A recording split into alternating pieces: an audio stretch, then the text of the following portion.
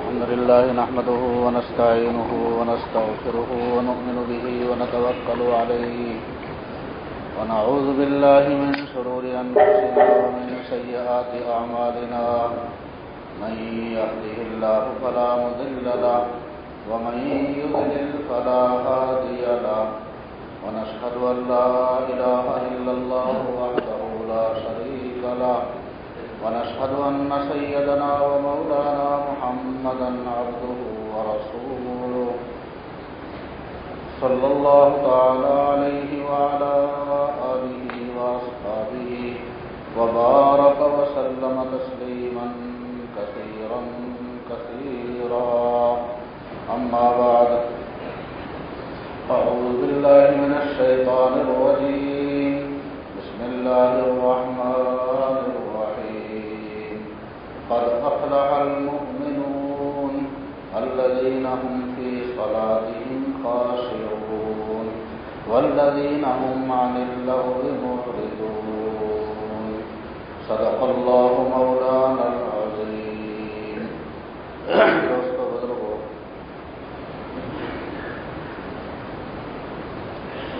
یہ مضمون مرتب چل رہا ہے. اللہ نے جن صفات پر بندے کے لیے دنیا اور آخرت کی کامیابی رکھی ہے، وہ صفات ان آیات کے اندر بیان کی گئی ہے.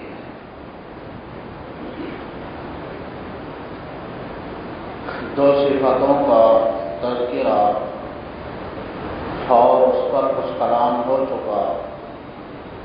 تیسری صفت حق تعالی شانہ نے بیان فرمائی، والذین هم عن اللغو معرضون.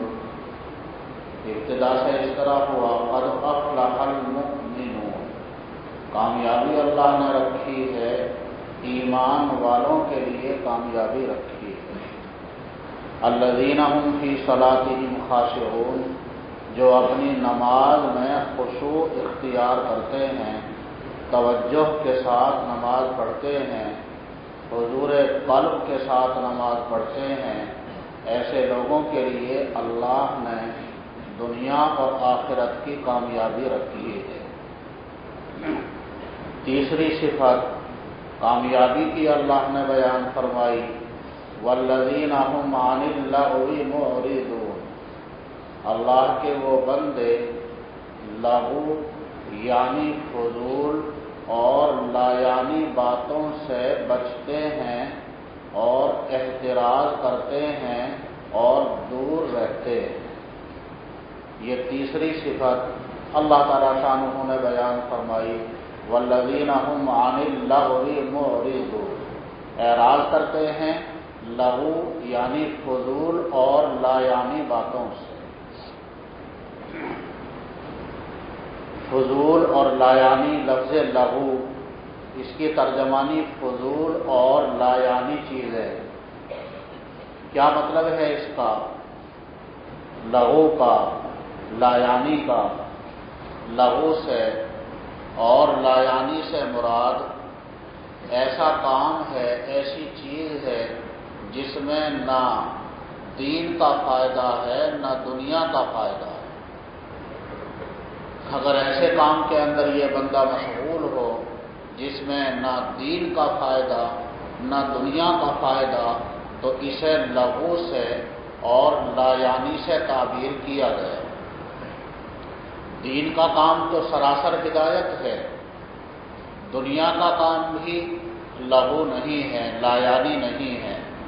بلکہ لکھا ہے علماء نے کہ اگر دنیا کا کام صحیح نیت سے کیا جائے تو وہ بھی دین بن جاتا ہے، اطاعت اور ثواب کا ذریعہ بن جاتا ہے.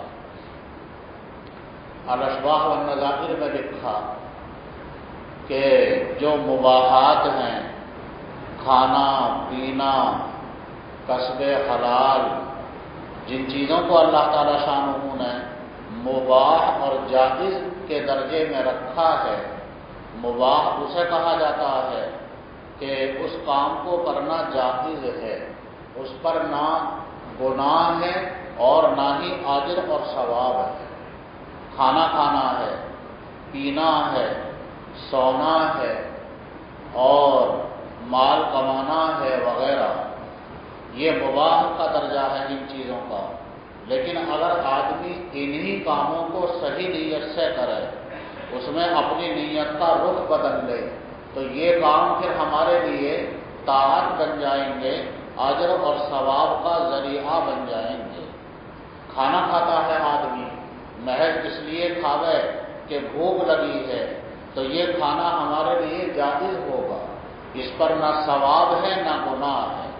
اور اگر کھانا کھاویں ہم اور نیت یہ کریں ہم اس لیے کھا رہے ہیں کہ حضور اکرم صلی اللہ علیہ وسلم بھی کھانا کھایا کرتے تھے، اس لیے ہم کھا رہے ہیں، کھانا کھانے سے ہمارے بدن کے اندر قوت پیدا ہو اور طاقت آوے، پھر ہم اس قوت کو اللہ کے دین کے لیے استعمال کریں، پھر ہم نماز بھی برابر پڑھ سکیں، روزہ بھی رکھ سکیں اور بھی ہم دین کے کام کر سکیں، تو اب یہ کھانا ہمارے لیے ثواب بن جائے گا، دین بن جائے گا۔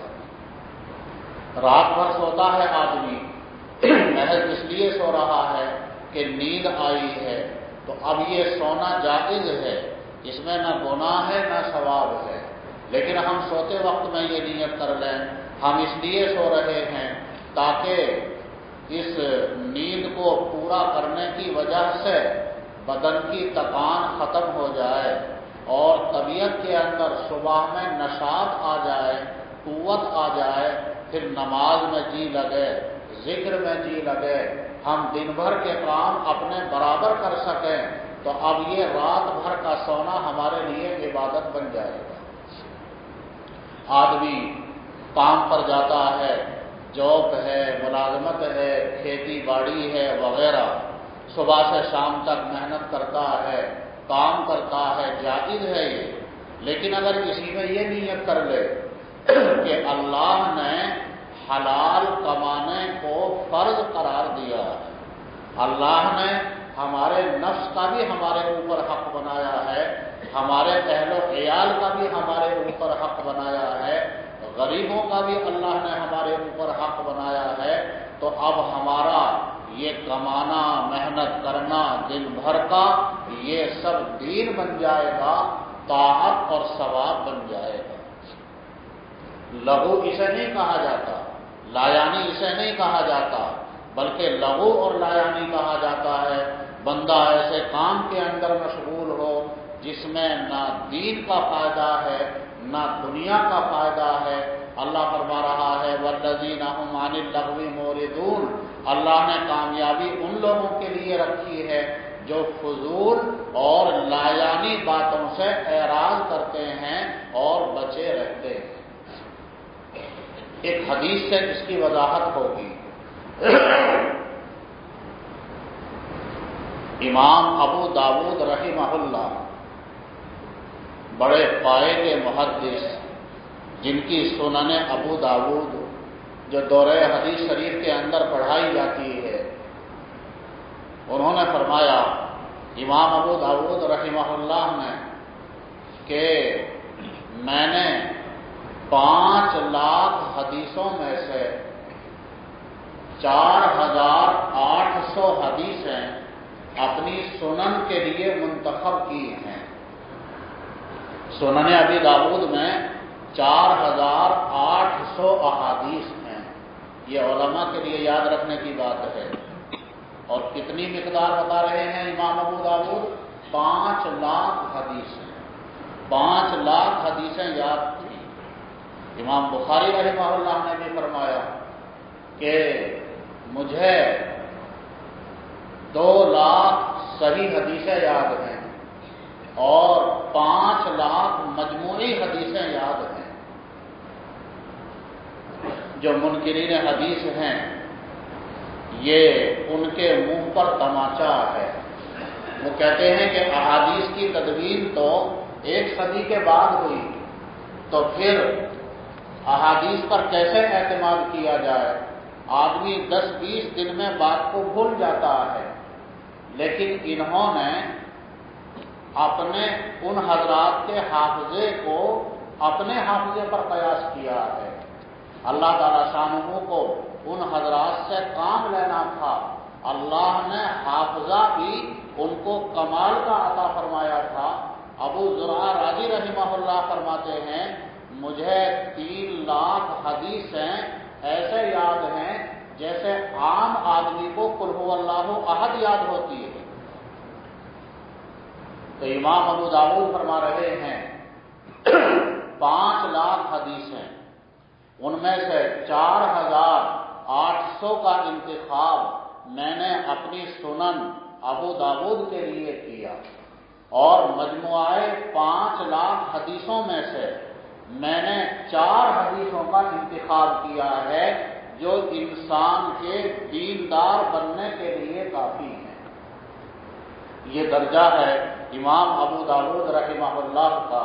اولیاء اللہ میں سے سہل بن عبداللہ تستری رحمہ اللہ ایک مرتبہ امام ابو داؤد کے پاس آئے اور آ کر کہا ان لی الیک حاجۃ، کہ جی مجھے آپ سے ایک کام ہے۔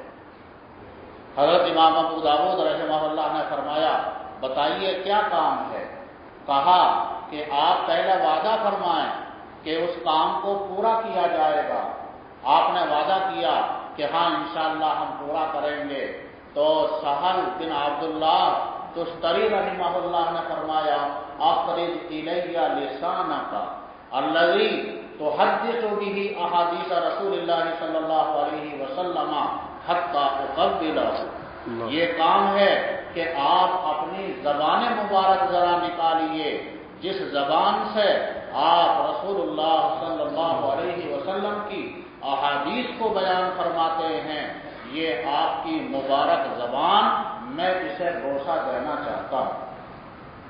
لکھا ہے کہ حضرت نے اپنی زبان نکالی اور سہل بن عبداللہ تستری رحمہ اللہ نے آپ کی زبان کو بوسہ دیا۔ یہ ہے امام ابو داؤد۔ تو فرما رہے ہیں 5 لاکھ حدیثوں میں سے میں نے 4 حدیثوں کا انتخاب کیا جو آدمی کے دیندار بننے کے لیے کافی ہیں، یعنی آدمی ان احادیث میں غور کرے اور ان کے تقاضے پر عمل کرے تو بہت بڑی نصیحت اور عبرت اس کو ان 4 حدیثوں سے ہو سکتی ہے۔ کیا ہیں 4 حدیثیں؟ انما الاعمال بالنیات، نمبر 2 من حسن اسلام المرء ترکہ ما لا یعنیہ، اور نمبر 3 لا یؤمن احدکم حتی یرضی لأخیہ ما یرضی لنفسہ، نمبر 4 الحلال بین والحرام بین وبینہما مشتبہات۔ 4 حدیثوں کا انتخاب فرمایا، اس میں سے دوسرے نمبر پر جو حدیث ہے وہ مجھے آپ کو ذرا سی اس کی وضاحت بتانی ہے۔ من حسن اسلام المرء ترکہ ما لا یعنیہ، فرمایا حضور اکرم صلی اللہ علیہ وسلم نے اس انسان کے اسلام کے کمال اور خوبی کی بات یہ ہے کہ وہ لایانی باتوں کو چھوڑ دے، ایسی چیز کے اندر مشغول نہ ہو جس میں نہ دین کا فائدہ ہے نہ دنیا کا فائدہ ہے۔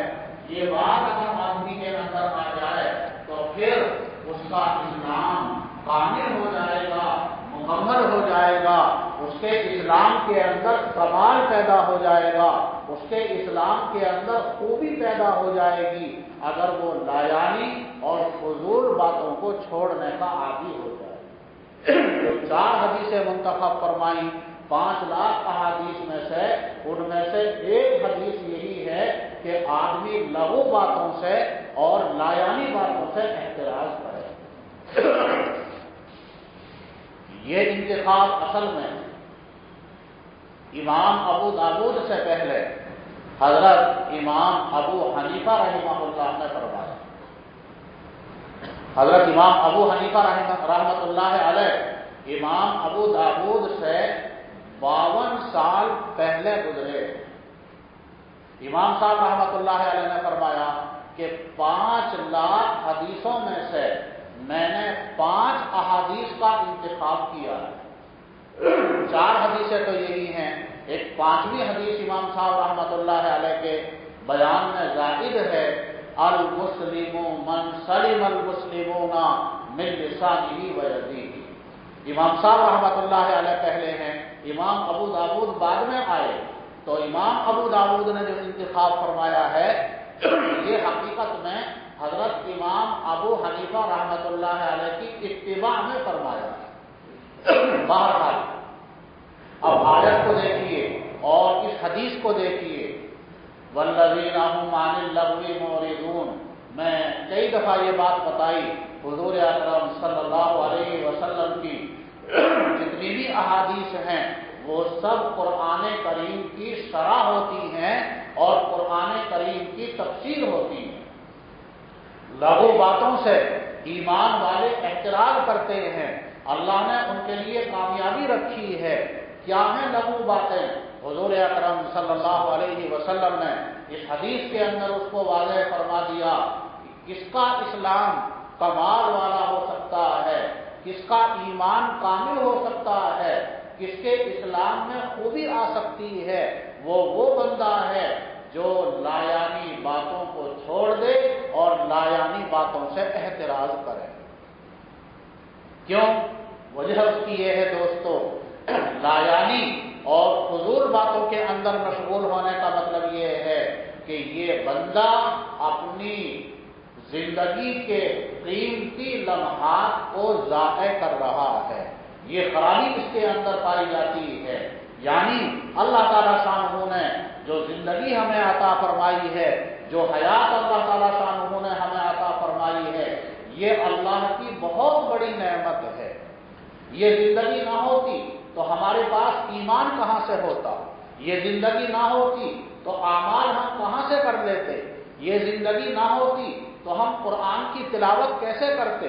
یہ زندگی نہ ہوتی ہم اللہ کی رضا کیسے حاصل کرتے؟ یہ زندگی نہ ہوتی اللہ کی محبت ہمارے دل میں کیسے پیدا ہوتی؟ حضور اکرم صلی اللہ علیہ وسلم کی امت میں کیسے ہمارا شمار ہوتا؟ یہ ہماری زندگی اللہ کی بہت بڑی نعمت ہے۔ ہماری زندگی کا ایک ایک دن، ایک ایک گھنٹہ، ایک ایک منٹ نہایت قیمتی ہے دوستو۔ اسی لیے یہ بندہ جب اللہ کے روبرو حاضر ہوگا تو وہاں اس زندگی کے بارے میں باقاعدہ سوال ہوگا، لا تزول قدم ابن آدم حتی یسأل عن خمس۔ کسی بندے کے قدم اللہ کے سامنے سے اس وقت تک نہیں ہٹیں گے جب تک کہ 5 باتوں کے بارے میں اس سے سوال نہ ہو جائے۔ عن عمرہ فیما افنا، زندگی کی نعمت ہم نے تم کو بخشی تھی، عطا کی تھی، تم نے اس زندگی کو ویسے ہی سمجھا۔ اللہ فرمائے گا اولم نعمرکم ما یتذکر فیہ من تذکر، کیا ہم نے تمہیں زندگی نہیں عطا کی؟ تمہاری زندگی میں کیا ہم نے ایسا موقع نہیں دیا کہ آدمی عبرت حاصل کرنا چاہے، اپنی اصلاح کرنا چاہے، اپنی زندگی میں تبدیلی لانا چاہے، کچھ بننا چاہے تو بن سکتا ہے؟ یہ موقع ہم نے تمہاری زندگی کے اندر عطا کیا تھا، لیکن تم نے لغو باتوں میں، فضول باتوں میں، لایانی باتوں کا عادی ہو کر زندگی کے قیمتی لمحات کو تم نے ضائع کیا ہے، تو کامیابی کیسے ہاتھ آئے گی؟ اللہ فرماتا ہے قد افلح المؤمنون الذین هم فی صلاتهم خاشعون والذین هم عن اللغو معرضون۔ کامیابی ہم نے ان لوگوں کے لیے رکھی ہے جو لایانی باتوں سے اعراض کرتے ہیں، دور رہتے ہیں۔ دوستو، غیروں کے یہاں ماہرین ٹائم مینجمنٹ بناتے ہیں، اس کا کورس بناتے ہیں اور اس کورس کے ذریعے سے وقت کے صحیح استعمال کا طریقہ بتاتے ہیں۔ یہ امت تو غفلت کے اندر ہے، غیروں کے حالات کو آپ دیکھیے، ان کے یہاں باقاعدہ اس کا کورس ہے ٹائم کا، اور اس کورس میں باقاعدہ بڑے بڑے لوگ داخلہ لیتے ہیں، اسکالر لوگ، پروفیسر لوگ، انجینئر لوگ، ڈاکٹر لوگ اس ٹائم مینجمنٹ کے کورس میں باقاعدہ داخلہ لیتے ہیں، اور اس میں داخلہ لے کر وقت کے صحیح استعمال کرنے کا باقاعدہ طریقہ سیکھتے ہیں،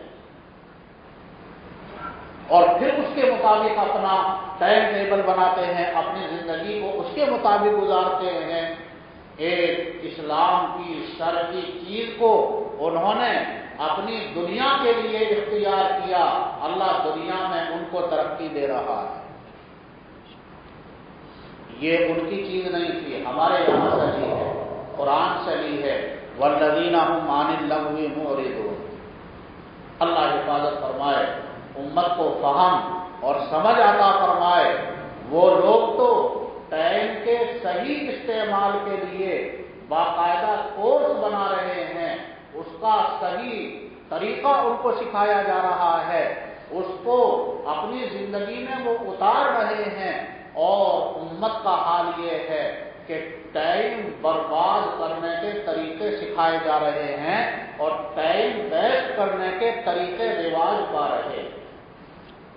یہ لمحہ فکریہ ہے دوستو، شکوہ ہے، امت کو کامیابی نہیں مل رہی ہے، امت ناکامی کی طرف جا رہی ہے۔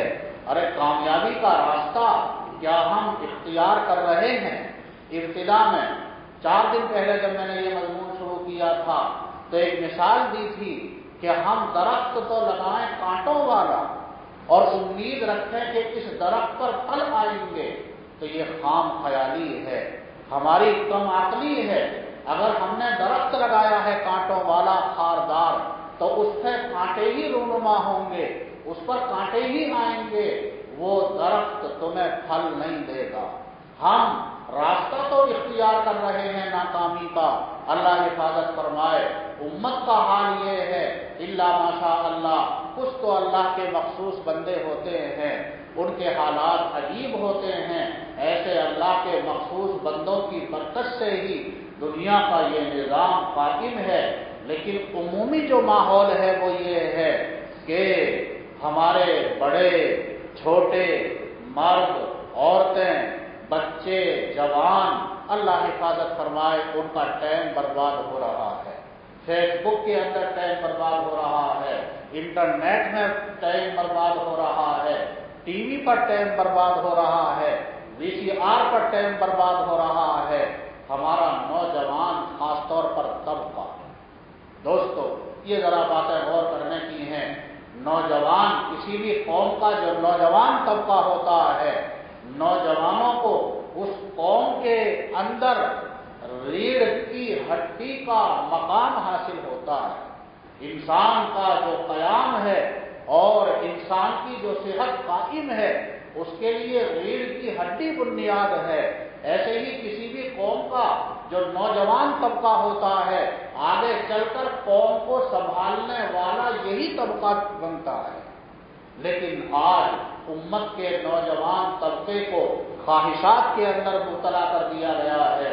فیس بک پر، نیٹ پر اللہ حفاظت فرمائے، ایسے فحش مضامین غیروں کی طرف سے بتائے جا رہے ہیں، شائع کیے جا رہے ہیں کہ یہ امت کا نوجوان طبقہ خواہشات کی دنیا میں غرق ہو جائے، خواہشات کے غلام بن جائیں، اور یہ خواہشات کے اندر ایسے محو اور ایسے مستغرق ہو جائیں کہ ان کے اندر سے سوچنے سمجھنے کی صلاحیت ختم ہو جائے، اور یہ امت اس کے لیے آلہ بن رہی ہے، شکار بن رہی ہے۔ اور شکوہ یہ ہے کہ کامیابی ہاتھ نہیں آ رہی ہے۔ ہمارا نوجوان، ہمارا بچہ گھر میں رہ کر، پہلے تو بچہ بگڑتا تھا باہر جا کر، اب تو گھر میں رہ کر ہمارے گھر کے اندر ہے، چہار دیواری کے اندر ہے، گھر کے ایک کمرے میں وہ ساری رات نیٹ پر گزارتا ہے، فحش باتوں کے اندر گزارتا ہے، گھر والے بے فکر ہیں کہ ہمارا بچہ گھر کے اندر ہے، رات بھر فحش چیزوں میں لگا رہا، اس کی نیند پوری نہیں ہوئی، اب صبح ہو گئی ہے، صبح میں اسے اسکول جانا ہے، کام پر جانا ہے، لیکن رات میں نیند پوری نہیں ہوئی، صحت اس کی کمزور ہو گئی، ذوق آ گیا، اب یہ برابر نہ دین کا کام کر سکتا ہے، نہ دنیا کا کام کر سکتا ہے، نہ مدرسے کی پڑھائی برابر کر سکتا ہے، نہ اسکول کی پڑھائی برابر کر سکتا ہے، نہ ہی کسی جاب کو صحیح طور پر انجام دے سکتا ہے، اس کی زندگی برباد ہو کر رہ جاتی ہے۔ والذین هم عن اللغو معرضون، اللہ کے نیک بندے وہ ہیں، اللہ نے کامیابی ان کے لیے رکھی ہے جو فضول اور لایانی باتوں سے اعراض کرتے ہیں۔ لیکن دوستو ایک پہلو اور ہے غور کرنے، غیر لوگوں کے یہاں کورس بنائے جا رہے ہیں اور وقت کے صحیح استعمال کا طریقہ سکھایا جا رہا ہے، سکھایا جاتا ہے اور اس کی باقاعدہ مشق کرائی جاتی ہے، لیکن ہمارے اکابر چونکہ انہیں مشائخ کی صحبت میسر آئی تو بغیر کورس میں داخلہ لیے اللہ نے ان کو صحیح فہم عطا فرمائی، وہ اپنے وقت کا صحیح استعمال کرتے ہیں۔ اللہ ہمیں ان کے نقش قدم پر چلنے کی توفیق عطا فرمائے۔ میں بات کو نہیں لمبی کر رہا ہوں دوستو، ویسے یہ بہت لمحہ فکریہ اور غور و فکر کا مقام ہے اور یہ چیز ایسی ہے امت کو سمجھانے کی ضرورت ہے، لیکن ہماری ترتیب چل رہی ہے ان قرآنی آیات کی روشنی میں، تو یہ تذکرہ آیا اس لیے یہ اپنے دل کے کچھ احساسات آپ کے سامنے یہ عرض کر رہا ہوں۔ ہمارے مشائخ کو اللہ نے ہمارے اکابر کو اپنے مشائخ کی صحبت کی برکت سے اللہ نے یہ فہم عطا فرمایا، وہ اپنے وقت کا صحیح استعمال فرماتے ہیں۔ حضرت تھانوی رحمۃ اللہ علیہ نے ایک عجیب واقعہ لکھا۔ حضرت خضر علیہ السلام آئے، تشریف لائے ابراہیم بن ادہم رحمہ اللہ کی ملاقات کے لیے۔ ابراہیم بن ادہم ذکر کے اندر مشغول تھے، خضر علیہ السلام آئے اور آ کر ملاقات کی اور کہا کہ میں خضر ہوں، آپ سے ملنے کے لیے آیا ہوں۔ کہا کہ بہت اچھا، اس کے بعد اپنے ذکر کے اندر مشغول ہو گئے، توجہ نہیں کی۔ تو خضر علیہ السلام نے سوچا، کہنے لگے کہ بھئی یہ تو بڑے بے فکر آدمی ہیں۔ پھر کہا کہ جی آپ تو بہت بے فکر آدمی ہیں، دنیا مجھ سے ملنے کی تمنا کرتی ہے، خضر سے ہماری ملاقات ہو جائے اور میں خود آپ کے پاس چل کر آیا ہوں، آپ سے ملنے کے لیے آیا ہوں اور آپ میری طرف توجہ بھی نہیں کر رہے ہیں۔ ابراہیم بن ادہم رحمہ اللہ نے جواب دیا، آپ سے ملنے کی تمنا وہ کرے جسے اللہ سے ملنے سے فرصت ہو، مجھے اللہ سے ملنے سے ہی فرصت نہیں ہے تو آپ سے ملنے کی تمنا میں کیسے کروں، یہ کہہ کر پھر ذکر کے اندر مشغول ہوتے۔ ہمارے اکابر بھی اسلاف کا نمونہ تھے۔ حضرت تھانوی رحمۃ اللہ علیہ کے خدام نے بیان فرمایا حضرت کا قول، حضرت تھانوی رحمۃ اللہ علیہ فرمایا کرتے تھے، اپنا ایک ایک منٹ تول تول کے خرچ کرتا ہوں۔ پورا نظام الاوقات بنا رکھا تھا اور یہ فرمایا کہ اپنی زندگی کا ایک ایک منٹ تول تول کے خرچ کرتا ہوں۔ حضرت کی وفات کا وقت قریب تھا، مرض الوفات میں تھے، ڈاکٹروں نے بات کرنے سے منع کر دیا تھا، لیکن کسی کو بلاتے کسی دینی کام کے لیے حضرت مفتی شفیع صاحب رحمۃ اللہ علیہ کو بلایا اور کہا کہ تم احکام القرآن لکھ رہے ہو، ابھی میرے ذہن کے اندر یہ آیت آئی، اس آیت سے یہ مسئلہ ثابت ہوتا ہے، تو میں نے تمہیں اس لیے بلایا کہ جب اس آیت پر پہنچو تو اس کے ضمن میں اس مسئلے کو بھی لکھ لینا۔ یہ کہہ کر پھر آنکھیں بند کر لی. پھر تھوڑی دیر کے بعد میں پھر کسی کو بلایا اور اس کے مناسب پھر کچھ کام بتا دیا. بار بار جب ایسا ہوا تو خدام نے عرض کیا کہ حضرت آپ ہم اپنے حال پر بھی رحم کریں، ہمارے حال پر بھی رحم کریں، اور ڈاکٹروں نے، اطباء نے آپ کو بات چیت سے منع کر دیا ہے، لیکن آپ بار بار لوگوں کو بلا رہے ہیں اور بات چیت کر رہے ہیں. اس پر حضرت نے فرمایا کہ بھائی بات تو تمہاری ٹھیک ہے، لیکن میں یہ سوچتا ہوں کہ وہ لمحات زندگی کس کام کے جو کسی خدمت میں صرف نہ ہو. ساری زندگی اللہ کی مخلوق کی خدمت میں گزری، 1000 کے قریب اصلاحی اور فقہی کتابیں تصنیف فرمائیں، ساری زندگی خدمت میں لگے رہے. اب دنیا سے جانے کا وقت ہے، اب بھی یہ فکر ہے، یہ جذبہ ہے، وہ لمحات زندگی کس کام کے جو دینی خدمت میں صرف نہ ہو. ہمارے حضرت شیخ زکریا رحمۃ اللہ علیہ ایک ٹائم کھانا کھایا کرتے تھے. جب مشغولی بڑھ گئی حضرت کی کام کی تو شام کا کھانا چھوڑ دیا تھا، دوپہر کو کھانا کھایا کرتے تھے. بعض مرتبہ اتنا اشتغال ہوتا کہ دوپہر کا کھانا کھانا بھی بھول جاتے تھے. جب عصر کا وقت ہو جاتا اور تقریباً 30 گھنٹے گزر جاتے اور کمزوری محسوس ہوتی، پھر یاد آتا تھا کہ آج دوپہر میں کھانا نہیں کھایا. بذل المجہود کی طباعت کے سلسلے میں تھانہ بھون حضرت شیخ رحمۃ اللہ علیہ کا جانا ہوتا تھا، بار بار جانا ہوتا تھا. طباعت ہو رہی تھی، ظہر سے پہلے، ظہر کے وقت میں جو حصہ طبع ہوا ہے وہ شیخ کو دستیاب ہوتا، پھر ظہر کے بعد میں اس پر نظر ثانی فرماتے اور شام کو پریس والوں کو واپس کرنا ہوتا تھا. تو وہیں حضرت تھانوی رحمۃ اللہ علیہ کی خانقاہ میں جو مسجد ہے، وہیں مسجد کے ایک کونے میں بیٹھ کر اس کام میں بذل المجہود کی مراجعات میں مشغول رہتے تھے. وہی وقت ظہر کے بعد کا حضرت تھانوی رحمۃ اللہ علیہ کی عمومی مجلس کا ہوتا تھا.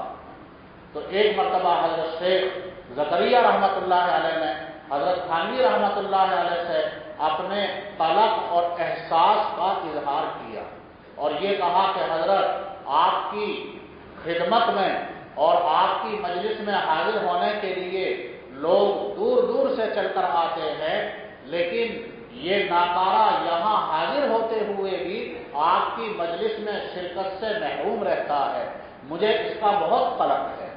حضرت تھانوی رحمۃ اللہ علیہ نے فرمایا تمہیں قلق کرنے کی ضرورت نہیں، احساس کرنے کی ضرورت نہیں، تم میری مجلس میں نہیں رہتے لیکن میں تمہاری ہی مجلس میں رہتا ہوں.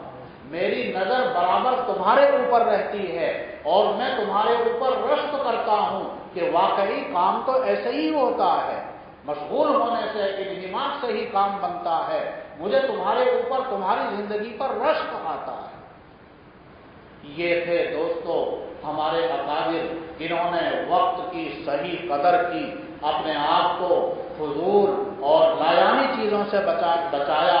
اللہ تعالیٰ شان انہوں نے ان کو کامیاب فرمایا، ان کو بافیض فرمایا. اللہ نے ان سے ہدایت کا کام لیا. اس لیے درخواست یہ ہے کہ لایانی چیزوں سے ہمیں اپنے آپ کو بچانا ہے. ڈاکٹر عبدالحی رحمہ اللہ فرمایا کرتے تھے آدمی اگر لایانی کام کے اندر مشغول ہوتا ہے عمل کا نور ختم ہو جاتا ہے. اللہ حفاظت فرمائے. ڈاکٹر عبدالحی قدس سرہ رحمہ اللہ فرمایا کرتے تھے آدمی اگر لایانی کام کے اندر مشغول ہوتا ہے عمل کا نور ختم ہو جاتا ہے. ایک حدیث سنا کر بات کو مکمل کرتا ہوں. امام غزالی رحمہ اللہ کے پاس ان کا ایک شاگرد رہا، مدت تک پڑھا اور پھر اپنے وطن چلا گیا. اس نے حضرت کو خط لکھا کہ جی کوئی نصیحت لکھ کر بھیجیں. حضرت نے فرمایا امت کے لیے سب سے بڑی نصیحت حضور اکرم صلی اللہ علیہ وسلم کے کلام کے اندر ہے. دوستو یہ بات غور کرنے کی ہے. کیا کہا امام غزالی نے؟ سب سے بڑی نصیحت امت کے لیے حضور اکرم صلی اللہ علیہ وسلم کے کلام کے اندر ہے. حضرت سے بھی ہم نے سنا، بڑے حضرت رحمۃ اللہ علیہ سے فرمایا وعظ میں زیادہ حصہ قرآن کریم کا اور احادیث کا ہونا چاہیے. حدیث سے بڑھ کر اور کون سی نصیحت ہو سکتی ہے؟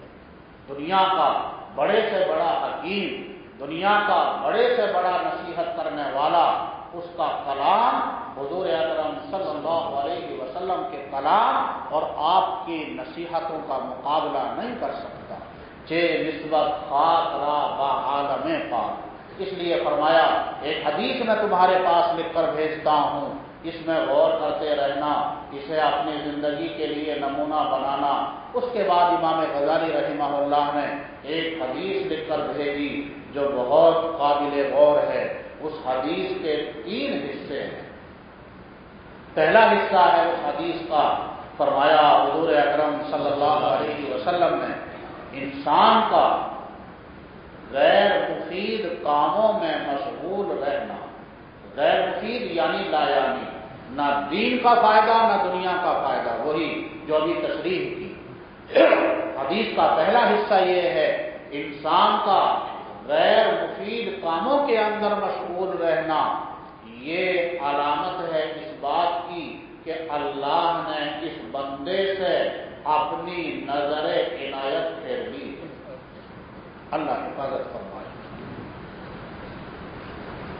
بندے کا غیر مفید کاموں میں مشغول رہنا یہ علامت ہے اس بات کی کہ اللہ نے اس بندے سے اپنی نظر عنایت پھیر دی. نمبر 2، دوسرا جز فرمایا بندے کا زندگی کا 1 ساعت اور 1 گھڑی بھی اگر اس مقصد کے علاوہ میں صرف ہو جائے جس مقصد کے لیے اس کو پیدا کیا گیا ہے تو یہ انسان کے لیے باعث حسرت ہے. جس مقصد کے لیے بندے کو پیدا کیا گیا ہے اس مقصد کے علاوہ میں اگر 1 ساعت بھی صرف ہو جائے تو یہ باعث حسرت. فرمایا حضور اکرم صلی اللہ علیہ وسلم نے جنتیوں کو جنت میں ہر نعمت حاصل ہوگی، خوش و خرم ہوں گے. وَلَكُمْ فِيهَا مَا تَشْتَهِي أَنفُسُكُمْ وَلَكُمْ فِيهَا مَا تَدَّعُونَ. کوئی غم نہیں ہوگا، کوئی افسوس نہیں ہوگا. ایک افسوس ہوگا دنیا کی زندگی میں، ہماری زندگی میں جو ساعت اور جو گھڑی اللہ کے ذکر کے بغیر گزری بس اس پر افسوس ہوگا جنتیوں کو. تیسرا حصہ حدیث کا 2 حصے ہو گئے. تیسرا جز بیان فرمایا کہ جب آدمی کی عمر 40 سال سے متجاوز ہو جائے اور پھر بھی اس کی نیکیاں اس کی برائیوں پر غالب نہ آئیں تو ایسا شخص اپنے آپ کو جہنم کے لیے تیار رکھے. اللہ حفاظت فرمائے. رونگٹے کھڑے کر دینے والی حدیث ہے دوستو. اس لیے جب ہماری عمر جیسے جیسے بڑھتی رہے ہماری نیکیاں بھی بڑھتی رہنی چاہیے. یہ سعادت کی بات ہے. اور اگر ہماری عمر تو بڑھ رہی ہے، زندگی چلتی جا رہی ہے اور ہماری نیکیاں اگر خدا نہ کردہ کم ہوتی جائیں یہ اچھی بات نہیں. والذین هم عن اللغو معرضون. کامیابی ہم نے ان لوگوں کے لیے رکھی ہے جو فضول اور لایانی باتوں سے اعراض کرتے ہیں اور احتراز کرتے ہیں، اپنے وقت کی قدر کرتے ہیں. ایسے لوگوں کے لیے ہم نے دنیا کی بھی کامیابی رکھی ہے، آخرت کی بھی کامیابی رکھی ہے. اللہ ہم سب کو اور ساری امت کو صحیح فہم عطا فرمائے. فضول اور لایانی چیزوں سے اللہ ساری امت کی حفاظت فرمائے. بالخصوص جو ہمارا نوجوان